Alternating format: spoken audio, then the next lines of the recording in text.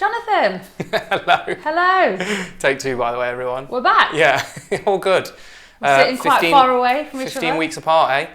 Yeah. Yeah, we've got to do this. We're socially distanced. Nearly back to normal now. We're still in lockdown. Still in the middle, in the thick of it, I suppose. Yeah. So if you're watching this in like 2055 in the future. 21st of June. Yes. 2020, that's the date. Yeah, Father's Day today. Oh yeah. That's why we both got to kick off after this. Yeah, definitely. Jade's got to cook dinner.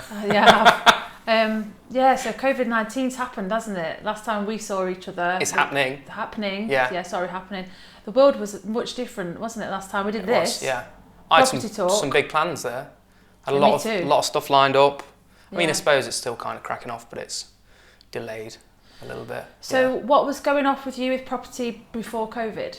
What happened when it hit? Just had a few projects kind of running through, like some HMO purchases, a couple of buy-to-let purchases. None of those, only one of them's kind of been shifted and I've not lost any of them. Yeah. They've just either been put back or we're trying to find a different kind of source of funding, different banks, that kind of thing at the minute. So a lot of products got pulled.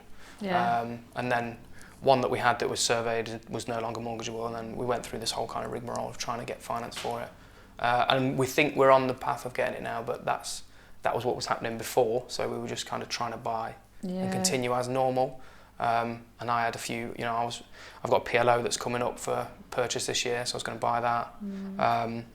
The main thing for me was the student move, shifting everything across to students. Yeah, I mean, the worst time you know what, the student stuff, because obviously I was about to shift into student stuff, and that's one of my things that's been affected. And I've always looked at like the student model as like this untouchable holy grail of property investing. Like, you get paid, it's all guaranteed. It's hard to get in. I never thought I'd see the day when it was like in such a vulnerable position as what it is. Yeah. With everything that's been going on with students not going to uni because they can't social distance and all that jazz. It's arguably the worst hit.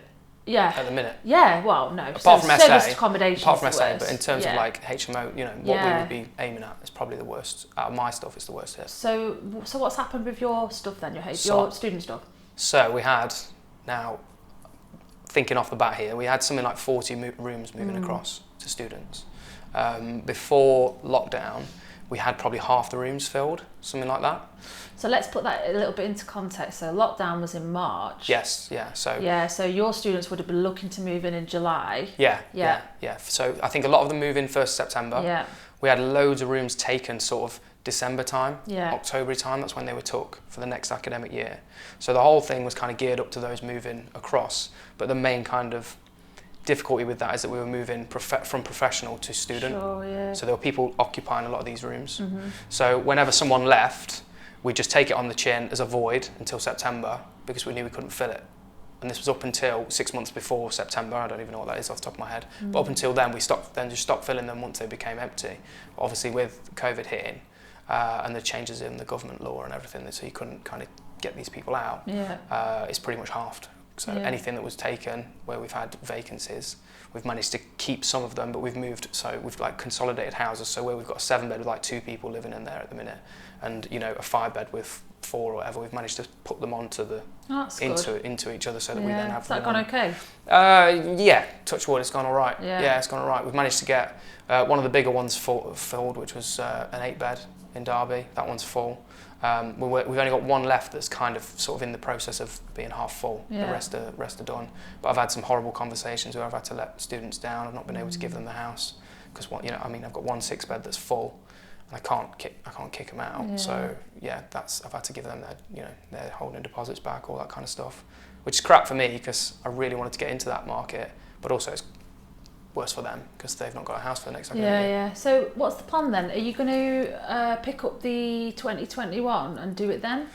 So everything that we've got now, we're going to let them move in. Everything that we've got, everything that we've wanted to move across, we're just going to delay by a year. Yeah. What about you? Because you were looking to buy. Yeah, exactly the same.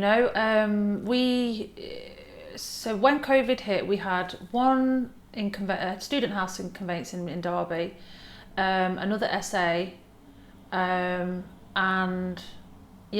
Everything kind of just disappeared overnight really, and our plan on the student stuff was to buy 6 houses ready for September. So we had to be we were gearing up to be quite aggressive with that. Because you've got to be quick to get them around, haven't you? Turn around. So we were very much like on the case for that, and I was positive that would happen. So that just stops. So, you know, it's just a case of maybe what we're doing now is looking, we still want to do the student stuff, but maybe having a bit of more focus into what area. So some in Derby. Derby's done all right, I think. Yeah, some in Derby, but actually I'm looking for opportunities in Nottingham. Yeah. Because of this, there are. You know, you can't usually get into Article 4 for Can't go wrong with that though, can you? Yeah, so now it's just taught me this whole situation, this Armageddon that we've all gone through, has just taught me, look, if anything, and I mean, I know we always say this, if anything's going to protect us in this time, right, it's location. Yeah, 100%. Yeah. So that's what I'm just, focusing on now. The SA stuff, obviously, you know, I'd spent sort of 3 months getting ready for it. Getting ready for it in terms of the systemisation, bringing on first member of staff, building the team of cleaners, laundry people, all of the stuff. All the infrastructure, So much infrastructure in service accommodation. When we finished the house, the next day it was announced we're going into lockdown, so it was literally like, at least it was done. At least it was done, because we had projects half finished. Yeah, and that's really frustrating. So I had Ruby 3, which is the SA, and then I had the 6-bed HMO, B5. They would literally, B5 finished the week before, the SA finished the following week, lockdown happens, then we had empty properties, and then we've got another SA that was obviously completely empty, and then fingers crossed it's looking like... You were saying it's picking up again now, right? Well, yeah, fingers crossed 4th of July it's looking like we can take bookings. Okay. So we have bookings coming in, which is amazing. That's when I booked my birthday party, by the way. Yes, so that's when you hit the big 3. Should be a right laugh, that should, 4th of July. Yeah. So what about family, like your home life as well? That changed massively for you, didn't it? Oh my God. Oh God. Oh God. You know, this is going to be one of those times when the kids are like teenagers. I'm going to reflect on that. My grandma does about the war. Yeah. I mean, being at home with my 2 little kids, homeschooling, and having to homeschool and having to keep businesses moving forward, because obviously both Tim and I are self-employed, having to sort of diversify in business offer into the melting pot of a 2-year-old and a 5-year-old. I don't know how you've done it, it's mad. Honestly, like, it's been the hardest thing I've ever done. It's not like you furloughed or anything, you're both business owners, so you both got to run businesses and you've got to look after kids and do all that kind of stuff, still cook dinner, everything like that. And, you know, luckily taking on Eli at the beginning of the year was the smartest move that I ever made, because bless him, he's had to just look after everything. In at the deep end, managed to work it out. Because obviously, you know, tenants, furlough, COVID, all the questions they've got, all the things they need, all the, you know, pieces of paper and rent reductions and all that side of stuff. He's just been amazing. Oh, that's amazing. Yeah. See, I'm just moaning because Sophie's nicked my office. That's it. That's all I've got. She just stole it. Because she's working from home now. She works from home, so I just have to walk around with my laptop wherever I can. Things are repairing now, though, aren't they? I feel like things are almost, there's a kind of an element of normality to a lot of it now.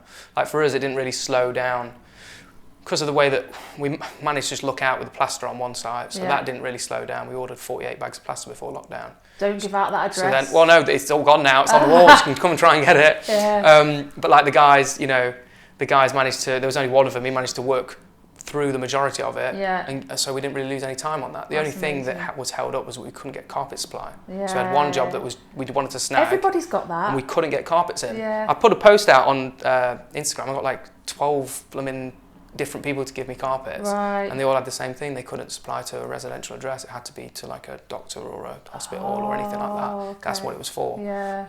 So that's where one of them just stopped dead.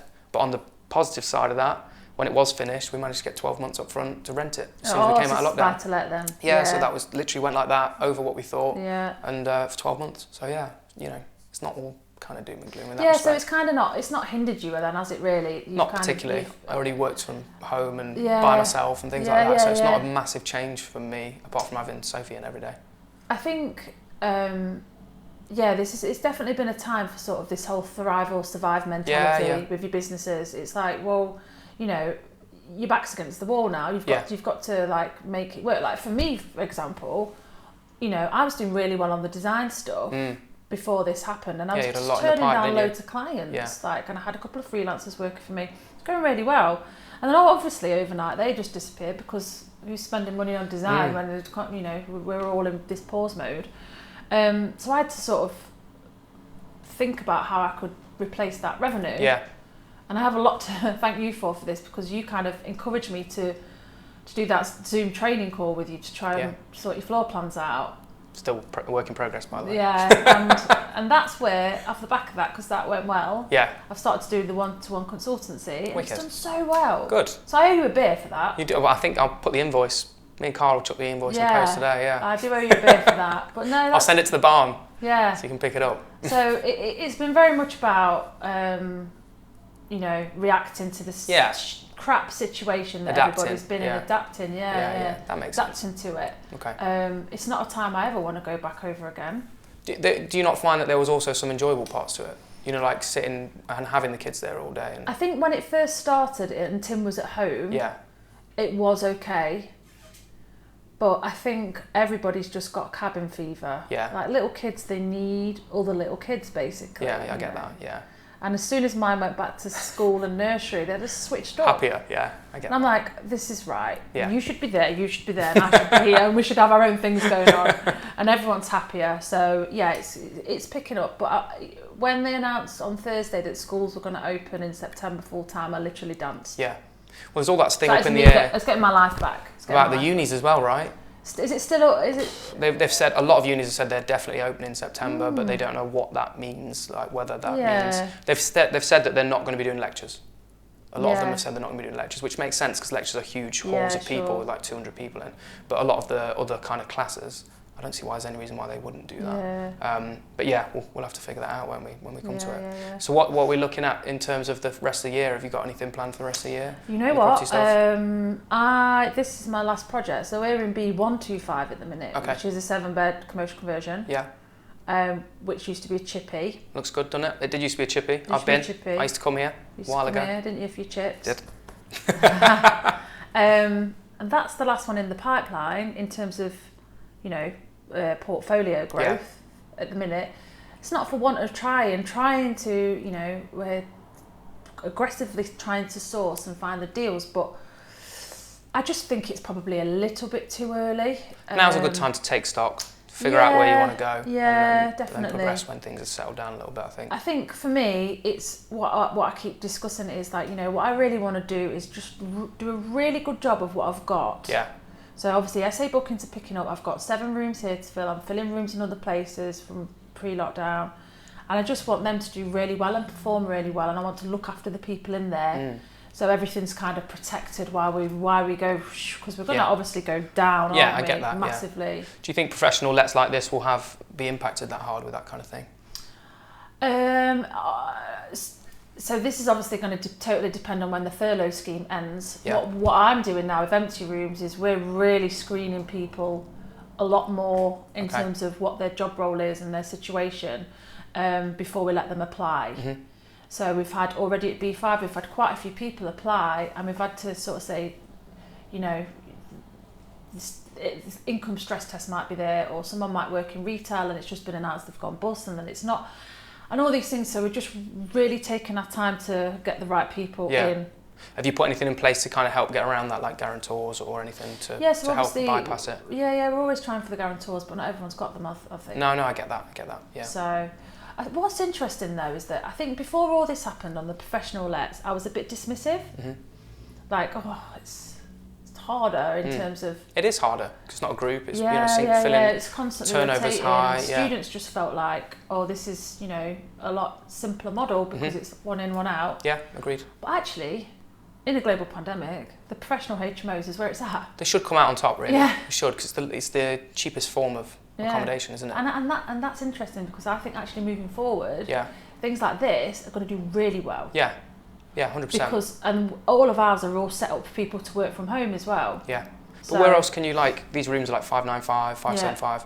You can't rent a flat, you can't furnish a flat and pay council tax, all that kind of stuff for that kind of money. Yeah. You just can't. And you can't live in the same standard either. So it makes sense for these things to go up, you know, if there is, God forbid, if anything happens and people have to start moving out and downsizing and things like that, then these will really take off. So what about you for the future? Predictions? I don't know about predictions. Everyone on Instagram has become like politicians, giving out this and giving out that, and I'm thinking, like Beth Ann from Facebook, who knows all about viruses, all of a sudden, I don't know. I don't go on Facebook. No, I'm going to continue. I'm still going to keep buying. If something looks good, and I think now's a really good time to pick things up. Do you think now, or do you think? I think now, because we're still, the dust hasn't quite settled yet. We don't know what's going to happen. So there's a kind of like a mist of uncertainty, if you like. So there's people just don't know what's going to happen. So if you can factor that in to your whatever offers you're making, if you factor that in now, then you might be in a better place, because it looks like something probably will happen on the other side of this, and we'll have a correction or all that kind of stuff. But the government's pumping so much money into this. What happens if that doesn't happen and everyone's sat on their hands for 6 months, 7 months, and you've carried on buying with a discount because people don't know what's going on? So I wrote a post about it. It's kind of swings and roundabouts. I think if you factor it in, you're in a strong spot. I don't think you should stop. And especially things, like you're looking for the A4 HMOs. They're coming now is a great time to get those kind of things, because there's massive uncertainty. You're not going to buy and flip them, so God forbid there is a drop of 10, 20%, you're holding on for 5-10 years anyway, at least. You're going to be okay. And it's a great time to pick them up at a remotely accessible price. Whereas, before it was just like, it just wasn't an option. Everything's yield based, just stupid. You can't add the value, you can't do anything. So I think that's probably where I'm heading. I'm just going to keep trying to get what I can. Keep ticking over. Yeah. And I mean, the portfolio is the main source of all of our stuff anyway, so I'm just going to be doing bits and bobs on the side as well to help pass it by. What bits and bobs? Doing a little bit of project managing, sourcing, all those kind of bits. I always dabbled just to keep the builders kind of, there's stuff that comes through the door that I can't quite buy or whatever, so pass that on. But I want to get into that. It's not a salesy thing. That's it for me, pretty much. Sort our house out, that kind of thing. What about the barn? How's the barn doing? Well, the barn is going to be finished this year. Still in October? At last. Well, yeah. Well, I don't know if it'll be finished in October, but I'm moving in on the 29th of October. I'm moving in. Watch this, Tim. Yeah. Get down there right now. It's Father's Day. I'm moving in. I'm moving in on the 29th of October. Wicked. Like, if we all have to go in one room, it will still be better than...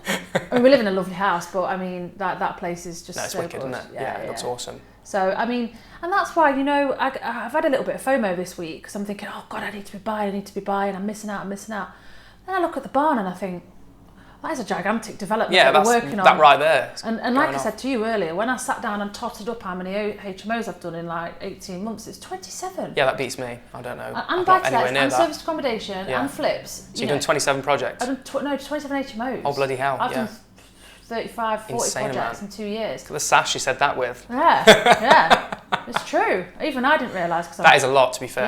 Yeah. So now I'm going to focus on the house, my own house. Get that out of the way. Build that. Yeah. This has obviously just been finished. But yeah, you know what? I feel quite positive about it. Good. I know it's going to come because everything's set up correctly.